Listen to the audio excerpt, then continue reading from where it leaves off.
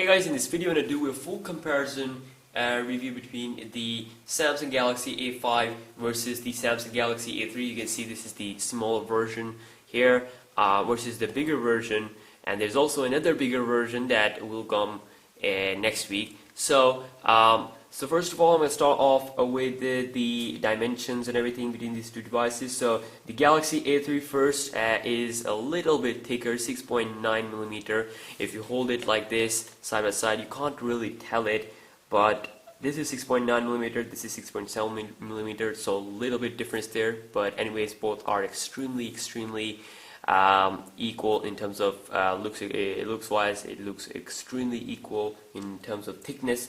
Now, if we talk about the weight of both devices, this one is having a 112 gram of weight, 110 gram of weight to be accurate. This one is having 123 gram of weight. So both are extremely light. Like if I hold both of these devices like this, these two devices like this in my one hand, they still feel a lot more lighter, to be honest. So they are extremely light in terms of weight and all that.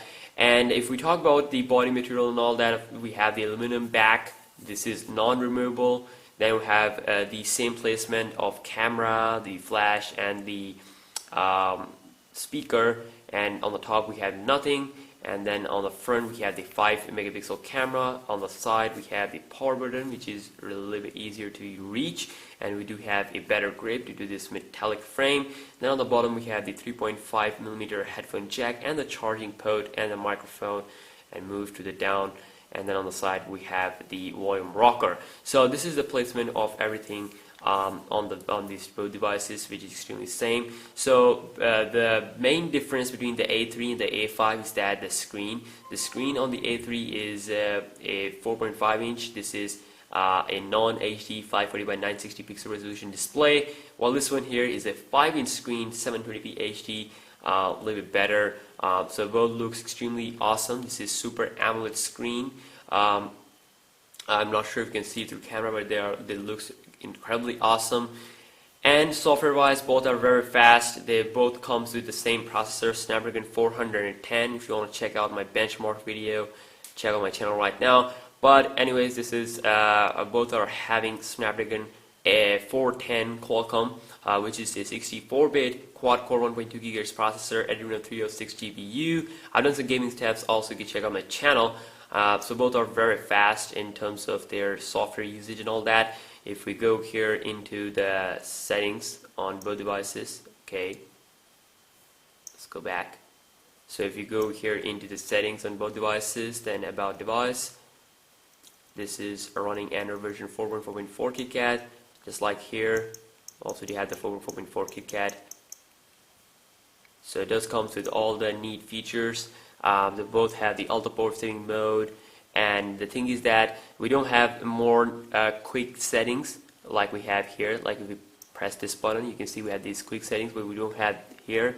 So we have only these few quick settings. So, and then we're also going to we can go to the settings just by clicking here, and then also on here you can see that we have a little bit more quick settings available, and you can quickly go into the setting by pressing this setting icon there. Now settings wise, both looks incredibly same, but we have a search button here, but we don't get the search button on the A3, which is missing. And this is very straightforward, but this one is a little bit more neat here on the A5. And then also you can add the more settings, like if you use airplane mode a lot, you can add that setting, quick setting on the front page, so that you don't have to scroll all the way down to find it. So both have ultra power saving mode, which is extremely great. Both have some gestures, stuff, motion and gesture. And then also if we check out the battery here, so both have extremely great battery stats. If we click here, it will show you all the battery stats, you know, what thing is taking depleting the battery and all that, draining the battery and all that. So battery stats are really great. Storage wise, both are 16 GB and 12 GB of almost user available storage. and both have the touch capacitive buttons here on the bottom. So if we click here, you can see on the Galaxy A5, you can see that even this is running the Android 4.4.4, but still we have the card-based multitasking, while this here has the normal KitKat based multitasking. And then also we do have a quick button here on the bottom on both devices to quickly close everything in the background. So RAM wise, we have 1.5 GB of RAM on the Galaxy A3 versus a 2 GB of RAM on the Galaxy A5. Not that much of a great difference there. If we go here into the RAM section, sorry about that, RAM section, you can see you can clear some apps that are open in the background, but we don't get any RAM button on the A5, so that is again a one thing to consider. And also if we check out the camera, so camera wise, this is a 13 megapixel camera, this is a 8 megapixel camera. There's also a good bump there. It will have better light and all that. I've done some camera comparisons, so you can check my channel out. But let's check out the camera app here on both of these devices. Here we have the camera app. So 8 megapixel camera here, same kind of features: video recording, picture capture, and mode button, and this mode button here. You can also check out this setting icon here, where you can also enable the flash, turn on the timer, also check out some scenes. Both have comes with a lot of great themes there, and then also both can have more settings here. If you go here into more settings, you can see you can mess up with the video recording, you can mess up with the video size, you can also change some good tweaks there. We have the volume key capture, voice control, and all that works pretty fine. Video size wise, both are able to record 1080p HD video, no 4K. And when we switch to the front-facing camera on both devices, so both have 5 megapixel front-facing camera, which is extremely great. I've done some selfies, I've taken some selfies, I've done a 1080p camera, front-facing camera video on my channel. So I'm really satisfied by the front-facing camera on both devices. Really great upgrade there. You can show your hand like this, palm selfie, you can take it. Of course, you have to hold the phone like this to take it. So that works pretty fine.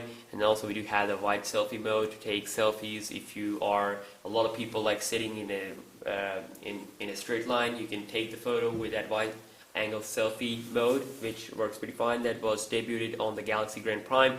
Now is available on both of these devices. So front-facing camera wise, they are awesome. So we also do have this default gallery here on both devices. Like you can edit the photos, delete them, and all that. And if we go down here, then if we hold down the screen on both devices, we do get these 4 options on the Galaxy A5. This theme option here, which you can change the theme and you can apply it. That works pretty fine. And same as here, if we hold down the screen like this, we don't get the home screen setting, but we do have the theme option here. You can have this theme here, you can just apply it, and you can see now we have changed icons and all that, so that works pretty fine. So we have the same number of themes on both devices. And if we talk about the battery, yes, the battery capacity, we have a 2300 mAh battery on the A5, which should be enough for its 720p screen, while this one is coming with a 1900 mAh battery, which is again not that bad. I've seen that the Galaxy A3 has a little bit better battery as compared to the Galaxy A5 in terms of battery drainage, so I've seen that. So this one is keeping up a little bit more better, but again, this is a smaller display and a non-HD screen, so that is a plus point for this one.